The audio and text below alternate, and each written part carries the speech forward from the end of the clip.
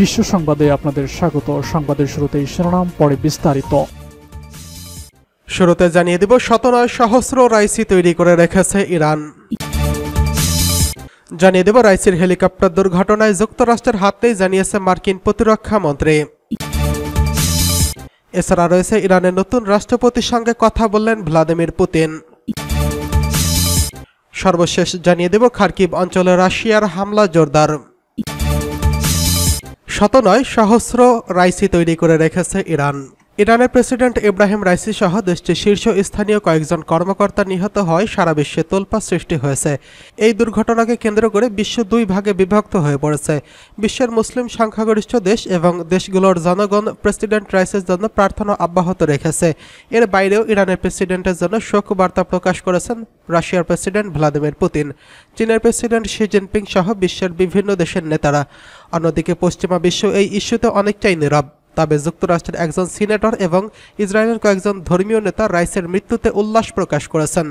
এই অবস্থায় বিশ্লেষকরা বলছেন, রাইসের মৃত্যুতে ইরানের গতিশীল অবস্থার কোনো পরিবর্তন হবে না। পশ্চিমারা ইরানের কিছুই করতে পারবে না, কারণ ইরান এইরকম শত নয় সহস্র রাইসি তৈরি করে রেখেছে।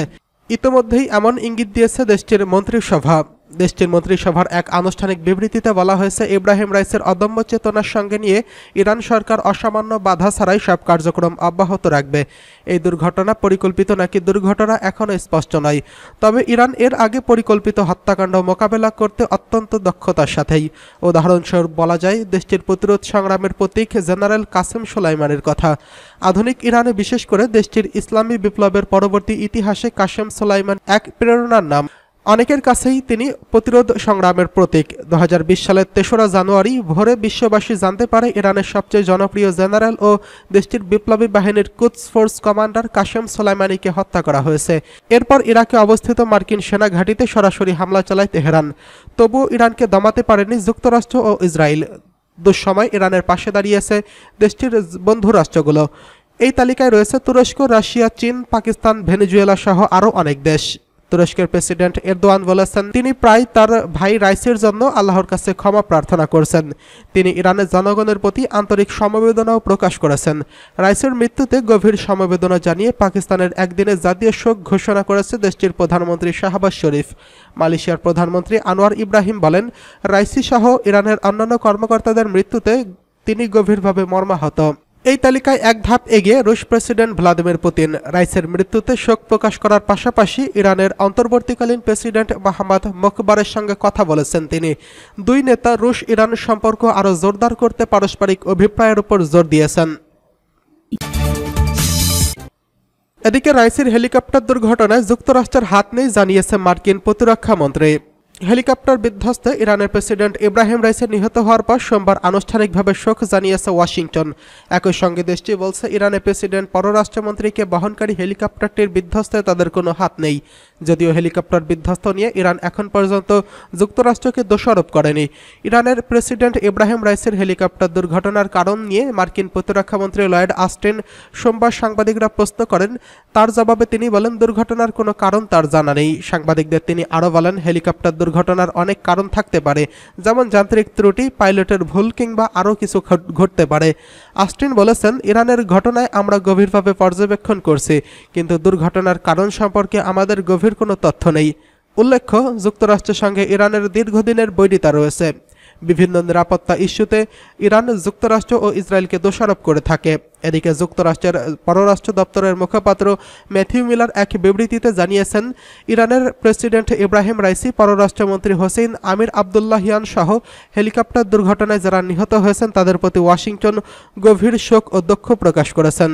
ওই বিবৃতিতে তিনি আরও বলেন, ইরানের নতুন প্রেসিডেন্টের নির্বাচনের সঙ্গে সঙ্গে আমরা দেশটির জনগণের মানবাধিকার ও মৌলিক স্বাধীনতার পক্ষের লড়াইয়ের একাত্মতা প্রকাশ করছি। রবিবার আজারবাইজানের সীমান্তবর্তী এলাকায় দুই দেশের যৌথ নির্মিত একটি বাঁধ উদ্বোধন করতে যান ইব্রাহিম রাইসি।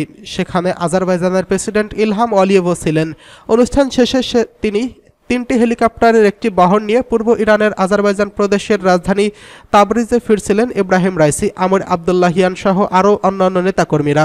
ফেরার পথে পূর্ব আজারবাইজানের জুলফা এলাকার দুর্গম পাহাড়ি এলাকায় প্রেসিডেন্টকে বহনকারী হেলিকপ্টারটি বিধ্বস্ত হয়। অন্য দুটি হেলিকপ্টার নিরাপদে গন্তব্যে পৌঁছায়। পরের দিন বিধ্বস্ত হেলিকপ্টারটি উদ্ধার করা হয়। ওই ঘটনায় হেলিকপ্টারটির সব আরোহী মৃত্যুবরণ করেছেন। এদিকে ইরানের নতুন রাষ্ট্রপতির সঙ্গে কথা বললেন ভ্লাদিমির পুতিন। রাশিয়ার প্রেসিডেন্ট ভ্লাদিমির পুতিন ইরানের অন্তর্বর্তীকালীন রাষ্ট্রপতি মোহাম্মদ মোকবারের সঙ্গে টেলিফোনে কথা বলেছেন।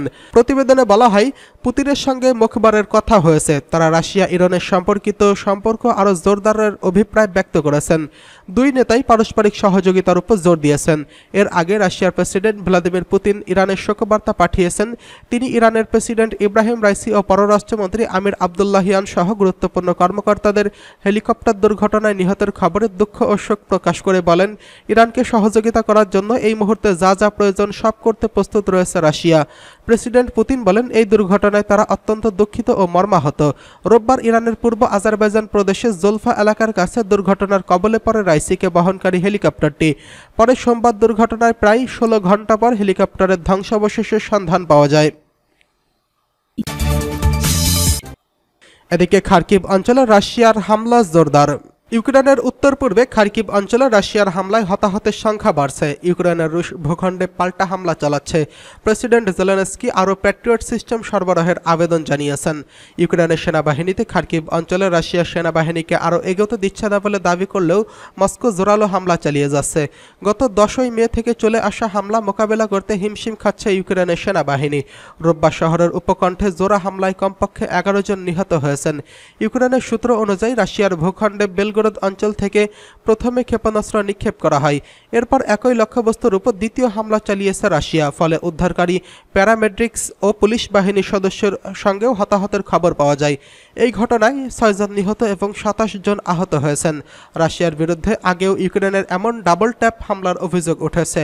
কাছেই আরও একটি হামলায় কমপক্ষে 5 জন নিহত এবং 9 জন আহত হয়েছেন। প্রেসিডেন্ট জেলেনস্কি মস্কোর বিরুদ্ধে ইউক্রেনের শহর ও সমাজের মধ্যে সন্ত্রাস ছড়িয়ে দেওয়া এবং নিরীহ মানুষ হত্যার অভিযোগ করেছেন। তিনি খার্কিভের অঞ্চলে সুরক্ষার জন্য মোকাবেলায় তৈরি দুটি প্যাট্রিয়ট এয়ার ডিফেন্স সিস্টেমের প্রয়োজন বলে উল্লেখ করেন। সেগুলো হাতে পেলে পরিস্থিতির মৌলিক পরিবর্তন ঘটবে বলে তিনি মনে করেন। তার মতে বাকি বিশ্ব রাশিয়ার সন্ত্রাস বন্ধ করতে পারে। নেতৃস্থানীয় রাজনীতিকদের মধ্যে সেই সদিচ্ছার অভাব দূর করতে হবে। জেলেনস্কির দাবি, গত সপ্তাহে প্রতিরক্ষা কাঠামো আরও মজবুত করা হয়েছে। গত শুক্রবার সংবাদ সংস্থা এএফপিকে দেওয়া এক সাক্ষাৎকারে তিনি অবশ্য স্বীকার করেন যে রুশ বাহিনী উত্তর পূর্ব সীমান্তে পেরিয়ে ইউক্রেনের ভূখণ্ড থেকে 5 কিলোমিটার দক্ষিণে ভিতরে প্রবেশ করেছে। ইউক্রেন ও রাশিয়ার ভূখণ্ডে পাল্টা হামলা চালিয়ে যাচ্ছে। রাশিয়ার দাবি অনুসারে রোববার রাতে ইউক্রেনের 61টি ড্রোন ধ্বংস করা হয়েছে। এমন হামলায় বিশেষ করে জ্বালানি অবকাঠামোর ক্ষয়ক্ষতির খবর পাওয়া যাচ্ছে।